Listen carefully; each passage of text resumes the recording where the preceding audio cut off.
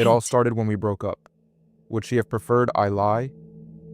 Everything started great, like all relationships do, I guess. Until I started noticing things. Strange things. One night after dinner, we were walking down a quiet sidewalk. Streetlights lit up our path as we walked hand in hand.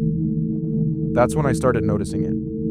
Like I said before, it was quiet. Not because the city wasn't busy.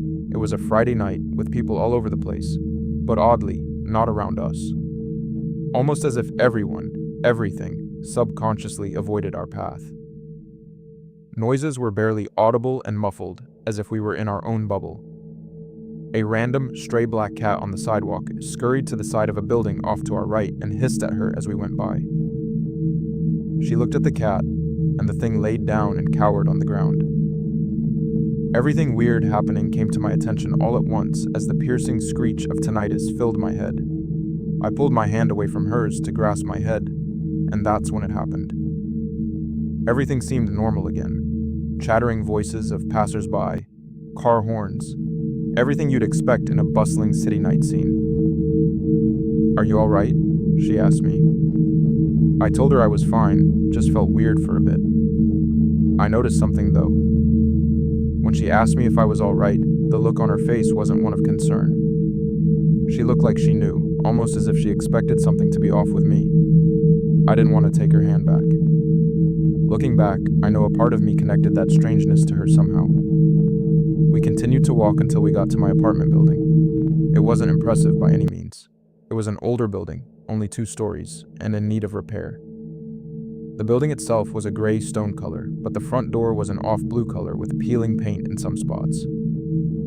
As we approached the door, she abruptly stopped and whispered, "Hain't," with a look of disgust on her face. "What?" I asked, not understanding the word or the reason for her hesitation. She looked at me, her upper lip curled in a scowl, and told me to just call her tomorrow as she walked off. I texted her to see what the problem was, but she left me on read. The next day, we met again for coffee at the coffee shop down the street. I wasn't feeling that well for some reason and couldn't sleep the night before, so I was out of it.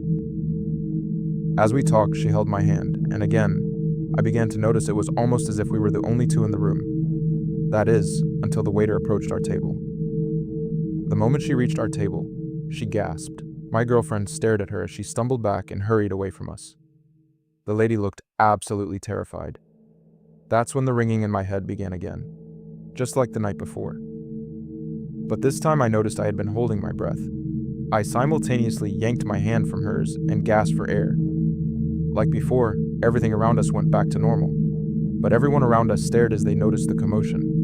This time, my girlfriend didn't ask how I was. She stared at me like she had stared at the waitress. "I can't do this. I don't know what's with you, but I'm not ready for this." I thought I was. She scowled at me like she had at my door the night before and told me I'd regret it. Then she said, "Hain't nothing gonna keep me from what I want."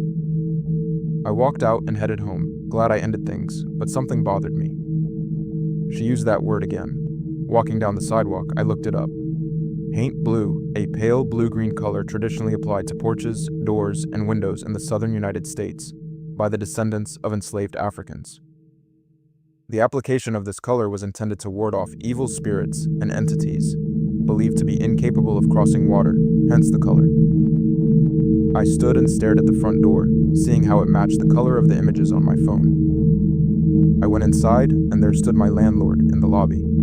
She was an elderly African-American woman with a head full of gray hair. She always felt like family to me. She looked after me as if I were one of her own. I asked her about the color of the door, and she asked why. I told her everything. Wide-eyed, she warned me against ever contacting my ex again. I laughed when she suggested that my ex might be something other than human. My landlord tried to give me a small leather bag wrapped with twine. I politely declined and told her I was exhausted and needed to rest. I went up to my room and immediately fell asleep, clothes on and all. That night, something woke me. It was hard to breathe, so I tried to sit up. I couldn't move. In a panic, my eyes shot open. What I saw next is hard to explain. The best I can describe it, it was a solid shadow sitting cross-legged on my chest, even though I couldn't.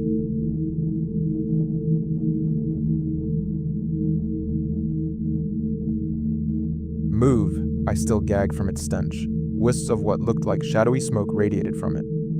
I couldn't see any features but its basic shape, yet I could tell it had flowing hair that reached down to its chest. A teasing, two-tone chuckle came from it as the shadow tilted its head with a crack. That sound woke me up. I looked around in a panic, gasping for air. There was no one to be seen. Looking around the room as I caught my breath, I noticed the broom in the hallway was lying on the floor. I told myself that it was just a dream and the broom falling was the sound that woke me. I didn't go back to sleep that night because, deep down, I know what actually did. The next day, I changed my number, and as embarrassing as it was, I asked for that bag my landlord had. As if she knew I'd come back, she pulled it from the pocket of her gown. That was a month ago, and so far, I haven't seen anything like it again. Although I could have sworn that earlier today, I saw my ex through the crowd at the crosswalk. Something tells me I might have some trouble sleeping tonight.